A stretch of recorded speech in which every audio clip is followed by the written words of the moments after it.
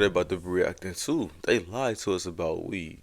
Now, this video 20 minutes. I'm not about to sit through a full 20 minutes of this. But we about to see what he's talking about. Maybe for the first 10. See if we agree or disagree on certain things. Let's see though. The first time ever, there's more Americans using weed daily than drinking alcohol daily. I'm And as someone jealous, who spent bro. nearly a decade of I'm their life time out. doing I'm jealous, bro. This nigga's playing Black Ops 2. How he even get this game? getting geeked up on a daily Where basis, can he play this it took me game a at? Please tell me. really long time to see weed for what it actually is. Oh, It's not this devil's lettuce, you use it once, you're not going to be cooked. But this idea that it's this harmless drug, I found out the hard way, couldn't be more of a lie. I fell for it all. Like, I was a moron. I'm not going to lie to you guys. so alright. So I guess we probably gonna agree because they said it's a harmless drug. I was always taught that weed not as bad as alcohol or cigarettes. That may be true, but it's still bad to a certain degree. Shit, I wrote a 10-page paper in high school to graduate about 10 reasons why marijuana should be legalized in Wisconsin or in all 50 states of America. Hey man, that was a long paper, but I guess I'm on the opposing side now. started using it around 15. At the time, I think I just wanted to be cool. Like, I was an insecure little dude. I'm not gonna lie. I was the shortest kid in my freshman class. Calling me a late bloomer would be an understatement. I didn't hit puberty and start growing until like junior year. So by senior year, I mogged. But up until then, kids were making fun of me, calling me lesbian, and I was A insecure about it. And lesbian I is constantly had this crazy. voice in my head telling me that I was like Ellen DeGeneres, and I was just Nigga look like Ellen DeGeneres. Oh no, bro, you had to. This ain't got nothing to do with no weed, bro. You gotta, you know what I'm saying, get in the gym, bro. Something. Ain't a no way. loser. And I realized quickly, weed shut that voice up. It made me forget about it, not care about it at all. So that's how I got into it at first. And on top of that, I was getting these crazy headaches at this time, migraines that would make me so sick I would be throwing up. And the only thing that helped me was smoking. None of the medicines that the doctors were giving me worked. So if that Um, I was gonna say he probably having withdrawals. Is that what y'all think it was withdrawals that he was having? I think it probably was. If this is happening before he starts smoking, then you need to go to the doctor. But if it was happening after, he was smoking some bullshit and got withdrawals. enough for me to be like, yo, I really like this shit. In 2016, a friend of mine suddenly died, and with no clue how to process those thoughts, weed provided me and the bros a much needed escape. So you combine these things together, and very quickly, I'm a daily user. And technology, I've said this before, 2016, 2017 was like the industrial revolution of degeneracy. Teachers didn't know what 2016, 2017. 2016, 2017 was the best years of my life. I had to be in eighth grade going to ninth grade.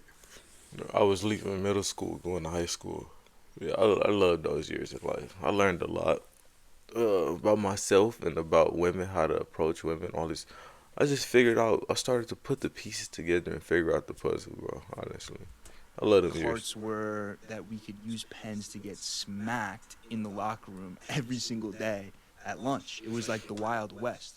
And I don't know if this was just a New York thing, but there was this one brand called Space Vapes. And honestly, looking back, it was probably cut with some crazy shit because it dead tasted like soap. I mean, to this day, Nah, when I use nigga smoking some bullshit. No, you're about to die. This one, me personally, I never been one to vape, but I do use the dap pens, the pens for the THC. We used to do that in school. Honestly, we used to take turns taking bathroom breaks, going to the bathroom, getting smacked, then coming back having a ball in Spanish class. I swear to God, bro, I had a good time. I ain't gonna lie. Smoking in high school was probably fun, bro. Like in school, like in the bathroom, not smoking a blunt, but like hitting the dot pens, and then it definitely made school fun, better rather. face Indeed. wash, I'm like, yo, why does this smell like what I was smoking as a Nah, kid? you was smoking So bullshit, bro. between, vapes, edibles, carts, even regular sprayed flour, we had no idea what we were inhaling. We just knew that it felt good and that was pretty much my experience at first. And talking about it now sounds awful. I mean, I definitely did irreversible damage to my brain and my body. But you got to remember, Damn, you acting like you was off the H, the heroin or something, doing perks. Come on, bro. this is I ain't gonna sit here and say it's all terrible, but it's definitely not good for you. Damn. 2017. So right now, the at this point in time, the Zandemic is in full effect.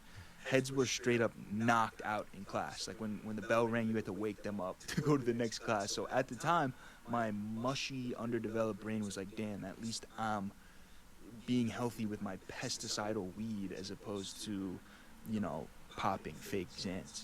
It felt like weed was always there for me, which sounds crazy, but from 2015 all the way up to basically 2023, I used it every day, fully ingrained itself into my life. And remember, this is a unique time because when I started using it, it was still illegal. Like I had to use my friend's piss for a piss test in 2018 just to become See, a I don't know where you live at, but we still legal here for whatever reason. I feel like it shouldn't be illegal, but yeah, it's still illegal for sure. man because I had weed in my system. And then you fast forward a few years later, all of a sudden it's accepted. It's like the easiest thing to get. Every store, every deli, there's dispos on every block, right? So it was like as it was becoming something I Hey, needed I'm to I'm watching this nigga. I'm listening to him, but I'm watching him play Black Ops 2. Just bringing back so much nostalgia. But this nigga nice. I ain't gonna lie. function more and more, as I was becoming more and more dependent on it, it was becoming more and more accepted. And I was so stubborn about it too. If there was anyone saying anything negative, I'd bug out. I'd instantly be like, "You don't understand, bro. Like it's so much better for you than drinking." Like that was just the Bro, this nigga just went crazy. Is y'all seeing the same video I'm seeing, bro? justification. And it felt like that was the general Dog. consensus among society at the time too. But anyway, my tolerance had gotten so high, I had gotten so dependent on it that really no one could notice when I was smacked. Like when I was a doorman, I would literally face a J on the way to work and nobody had a clue. Or at least that's what I thought, right? Every stoner, it's funny, swears they're like the best at hiding it. And myself, I was pretty nasty at hiding it. But the truth is, somebody always knows. Hey, I ain't gonna lie though. I used to when I worked at Olive Garden, we used to get high at Olive Garden too. And that I ain't gonna speak on the job I'm at right now, but I can speak on Olive Garden because I don't work there no more. But yeah, we again with the dot pen. The dot pen be that was so handy. It came. It was so convenient because it's like this girl named Liv. I ain't gonna tell y'all. Let's just call. Let's call her. Let's call her Liv. Liv. You know what I'm saying? I think I'm older than her by a couple of days, but she's more experienced to life than me because she has more freedom. I'm more sheltered. We have to be around 17, 16, 17. Yeah. Basically, she always had a dot pen. She always had the weed pen, and she let me hit it. Like, bro, that was so convenient. Even when she seen me like not going through the best, like I'm look like I'm going through something. She like, yo, go take it, go hit the pen. I got you. I'm gonna cover you real quick. Appreciate you. Shout out Liv. But nah, I said to say this, bro. Yeah, them dot pens was definitely handy. And I come back calm, knocking that shit out. You know what I'm saying? Packing them orders. Yes, sir. So So it's convenient to like distract you, calm your nerves in a way. But yeah, when you start doing it every day, every second of the day, that's when it starts to become a problem. That's how I feel. As long as you can moderate it, too much of anything can kill you. Too much of water can kill you. Too much oxygen can kill you. Too much food can kill you. Too much sugar can kill you. Too much of anything can kill you. You know what I'm saying? in this time, despite how much I tried to ignore them, the consequences of this quote perfect drug were becoming harder and harder to ignore. The stuff that they didn't tell us about. You know, the reasons they tell us, or they told me when I was a kid not to smoke, was just because, you know, it can trigger psychosis. And that was always a scary one because I've seen that happen to somebody and You it's know, super sad. I've never seen somebody go through psychosis. I feel like I maybe went through psychosis myself, but I did that on my own time. When I felt paranoid, when I felt like somebody was chasing me, because I was smoking at a park. I thought the park ranger was chasing me. I thought the police was chasing me. I feel like that's what comes with it. It's like a paranoid. I feel like psychosis, from what I hear, is like paranoid on crack, on steroids. That's how I see it. But nah, psychosis, I never really seen nobody have a breakdown. Now I heard about it, when I went to school, somebody took an edible and had a whole breakdown. Had to get the stretcher. The ambulance had to come get her because she had a I can't feel my body in school, bro. That at the time that was hilarious, but looking back on it, bro, that's not funny. But dog, I was a cocky teenager, so I didn't care about that. I was taking that risk. And no, obviously, that the other was risk they always hilarious, tell us bro. When about you hearing about that story, bro, I wish I was in that class. how bad it is for your lungs to smoke. Again, true, but not enough to deter a little walnuts from getting geeked. So, if I was warning younger me about the problems with becoming dependent on something like weed, to actually scare somebody, I would start with one word, and it would be complacency. The most low key but dangerous side effect of my daily use was how cool I became with being a pathetic loser. I don't know how else to put it. I was confusing getting smacked every single night with being happy with my present circumstances. Yeah, yeah, When I yeah. first You and I both, bro. You and I both. I feel like I gained a sense of comfort in being alone and frying my brain cells, and I wasn't okay. It wasn't. picked up on this, it was during COVID. After months of being locked down with my entire family, understandably, they were starting to lose it. But me, like everyone was shocked with how well I was handling being stuck at home doing absolutely nothing. They didn't understand it. I did though. Yeah, one thing I wasn't doing, I wasn't sitting around being a bum ass nigga though, but I was definitely being productive at the same time, but I was smoking that productivity away, Was getting just going geeked through the the entire motions. time, ripping Warzone with the gang. And I'll never forget the day that my plug ran out, and after about 12 hours, the misery of my situation, the reality of what I had been doing for the past few months, punched me in the face all at once. Like, This your problem. You only got one plug. See, you supposed to have like five. I had five on speed dial. That's some crackhead shit. My bad, bro. realized that I have just been rotting at home, doing nothing for months. And instantly, I was in a terrible mood. There was only one thing that could make me happy at this point in time and pull me out of this depression. And you can probably guess what it was. The problem with daily use, Smoking. you'll look around and be like, shit, I have everything that I need in life right now. Your situation, your reality will feel perfect. You'll have no complaints, which sounds nice, right? It sounds like gratitude. But the problem is, in most cases, that isn't actually your reality. Like, my reality was a chud reality, but I couldn't see that because I was so satisfied. The next most obvious long term effect is the brain fog. And even when I wasn't geeked, I just knew in the back of my mind that I was not firing on all cylinders. I would No, I still get brain fucked to this day. This nigga got 58 kills with 21 deaths. Jesus. constantly be trying to convince myself that it's not making me dumb, but eventually it Hey, just I cannot. Do y'all know if I can get Black Ops 2 on PlayStation 5? Let me know, bro. Cause this is really bringing back a core childhood memory, bro. I used to play this with my sister all the time. gives up. Back to it though. The studies are coming out now, and this is again why timing is so important because when I was looking at the studies as a kid, they were all from the 80s and they were smoking some ass pack in the 80s. I was smoking the good shit. So the studies are coming out now. Nigga said Now they you was see smoking some something like ass the pack in the 80s, bro. average habitual smoker sees an IQ drop of 8 points. Now you see things that the hippocampus, I think that's how you pronounce it, which is the memory center, literally shrinks. Again, this isn't going to happen if you do it once a month or whatever, but this is what happens when you abuse it. And I was abusing the shit out of it. I'll never forget at my corporate job, I would never smoke before or during that job, but it didn't matter. I went into Nigga, I used to always get high at work, bro. Always. I was still getting work done. Made the time go by faster, but I definitely stopped doing that, bro. I haven't smoked in forever, especially on the job. Cause one, it's expensive, bro. Imagine working 12 hours and smoking on every break that you have. Oh nah, bro. That's a lot of weed, for bro. a promotion one time, which I deserved 100%. I was being horribly underpaid. But in the meeting, I remember just not being able to articulate myself. I couldn't get what I needed to say out. It was like hidden underneath this fog, this cloud of kush. So I botched it and I didn't get the promotion for another quarter. And I'll never forget walking away from that meeting just thinking to myself, like, yo, I need to stop making myself dumber. I knew deep down the cause of it. And it was just like I was living life on hard difficulty. The Mhm. short term memory thing really started to mess with me too, especially when I discovered reading and started reading books. I noticed like I'm forgetting plot points, characters, information just wouldn't stick.